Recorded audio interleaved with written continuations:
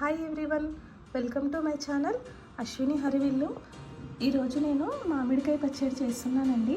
అది ఎలా చేసుకోవాలో ఇప్పుడు నేను మీకు చూపిస్తాను. మామిడికాయ పచ్చడి చేసుకోవడానికి ముందుగా మామిడికాయలని ఇలా కట్ చేసి కడిగి ఆరబెట్టుకోవాలండి.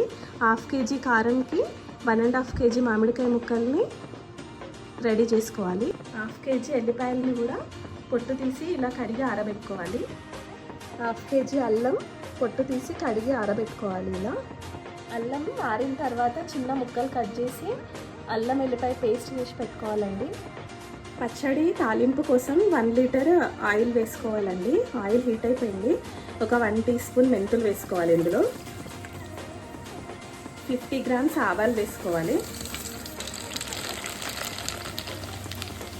50 గ్రామ్స్ జీలకర్ర వేసుకోవాలి.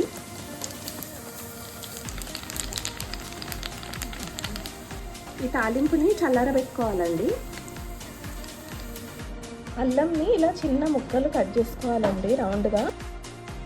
ఇట్లా అల్లం ఎల్లిపాయల్ని 1/2 kg ఉప్పు 1 టీ స్పూన్ పసుపు వేసి ఇలా సన్నగా పేస్ట్ చేసుకొని ఒక గిన్నెలోకి తీసుకోవాలండి. దీన్ని ఇప్పుడు ఇందులోకి 1/2 kg కారం వేసుకోవాలి. ఇందులోకి 1/2 kg సాల్ట్ వేసుకోవాలి.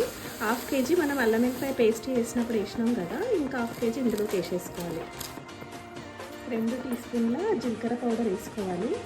ఇది జీలకర్రని వేయించి పౌడర్ చేసుకోవాలండి. 2 టీ స్పూన్లు వేసుకోవాలి. 1 టీ స్పూన్ ఆవాల పొడి వేసుకోవాలి. 1 టీ స్పూన్ మెంతి పౌడర్ వేసుకోవాలి. మెంతులను కూడా వేయించి పౌడర్ చేసుకోవాలండి. అది 1 టీ స్పూన్ వేసుకోవాలి. ఇప్పుడు ఒకసారి దీన్ని అంతా మంచిగా మిక్స్ చేసుకోవాలండి.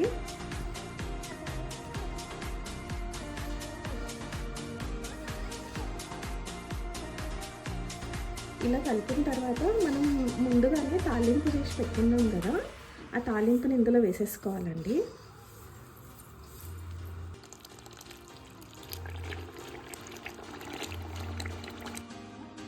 ఇలా తాలింపు మొత్తం ఇందులోకి వేసేసి మంచిగా మిక్స్ చేసుకోవాలండి. దీన్ని మంచిగా కలిసే వరకు మిక్స్ చేసుకోవాలి.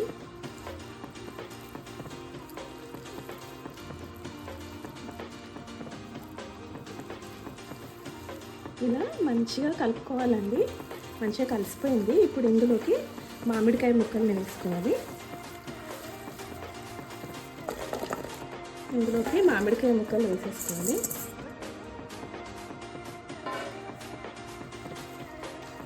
ఇప్పుడు ఈ మామిడికాయ ముక్కలకి మంచిగా పట్టేలాగా కలుపుకోవాలండి.